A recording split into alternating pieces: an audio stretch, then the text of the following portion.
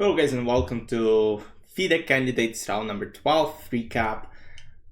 We have 3 more rounds and today Javokhir was playing against Hikaru. Let's see how the game went. So Javokhir opens with d4, d5, c4, e6 and we go to Queen's Gambit declined with h6. Obviously Javokhir is not gonna play crazy line. I mean, we saw a lot of crazy lines from him in this tournament which paid off in many cases, but I don't think it would be the case where, I mean, it's now 3 rounds to go. If he loses, it might, let's say, Anish might get back to the race, so you don't want to allow your opponent to create anything crazy. So g3 is played, quite solid.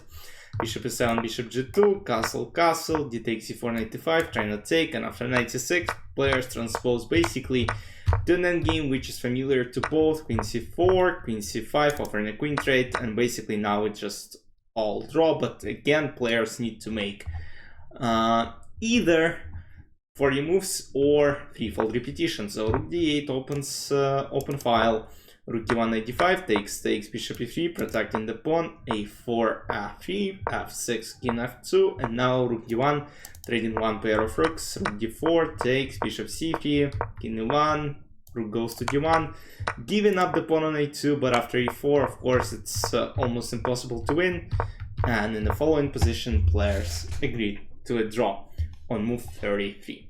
As far as game against Wei and Anish went, it was quite an eventful game. So as you may see, Wei is down in exchange, bishop on h6 is kind of locked, so and after c6 Anish suddenly becomes winning. So he plays queen a7, which is the best move, and after king h1 he plays queen c5, which is not best, but queen e3 wins on the spot, because after queen d5, king h8, guess what?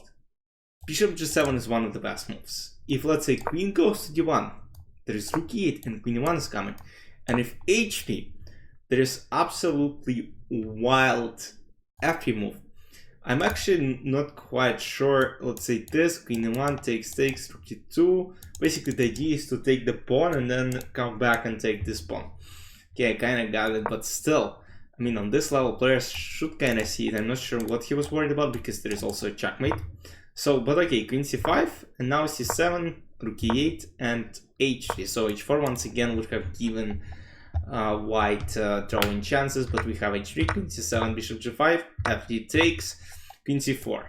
And honestly, on this, let's say if 2000 was playing against 2400 and 2000 is playing with white, I don't think 2000 would be able to save this game. Now it's different when top champs are playing, but it's still extremely tough position to defend. So queen takes a2 is a mistake, queen goes to e6, rook b8, queen b6, rook d8, queen c6, king f7, and after queen f5, queen centralizes, and suddenly, I mean, it becomes very good for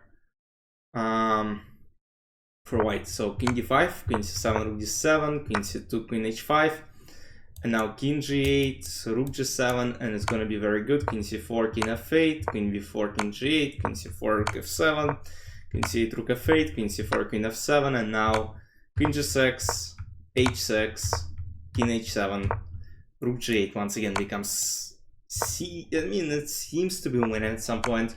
Queen c2, queen goes back, queen c2, queen goes to d1, now queen f4, queen h1, bishop h2. So queen g2 doesn't really get any result, because simply king h4, but after queen f1, king h4, queen e1, bishop g3, queen h1, bishop h2.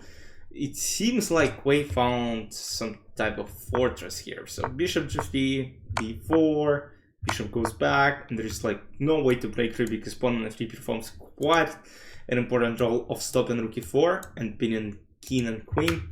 Queen b1, queen goes back, queen b5, trying from different sides of the board, but unfortunately after bishop g3, same position. So this is same position, this is same position, and this is same position, and players agreed to a draw. So, and as things stand right now, for Mr. Anish, he's almost out of the race unless he wins back-to-back games with white against Javokhir and with Matthias Blubaum as black. Is it possible? I would say yes, but again, if tomorrow's game finishes, not tomorrow's, Tuesday's game finishes in a draw, it's over for Anish, as he won't be able to mathematically catch Javokhir. And yes, it looks like Javokhir is actually gonna be first, so but let's wait till Tuesday. And then Javokhir finishes the tournament with white pieces against Wei. Again, he only needs half a point in the last 2 games. I think he's capable of doing it. Let's see what happens. I hope you guys enjoyed. There's nothing else. I mean, we can quickly take a look at women's tournament as well. Very quickly. So this is just a complete mess here. So Zhu Yiner and Vaishali are tied for the first place with 7 points. Then we have Anna Muzachuk, Pibisara Subaiba with 6.5.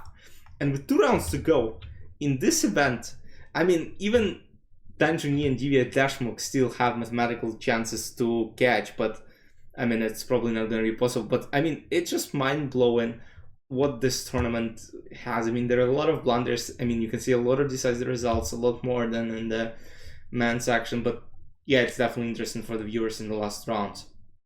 And Zhu Yiner plays with Alexandra Goryachkina and Anna Muzachuk, while Vaishali plays against Tanjuni and Katerina Lagnus. So technically for Vaishali it's going to be kind of better for pairing, but again on this level doesn't matter. So hope you guys enjoyed. I'll see you in the round number 15 recap on Tuesday. Meanwhile, let me know any questions you might have. See you soon.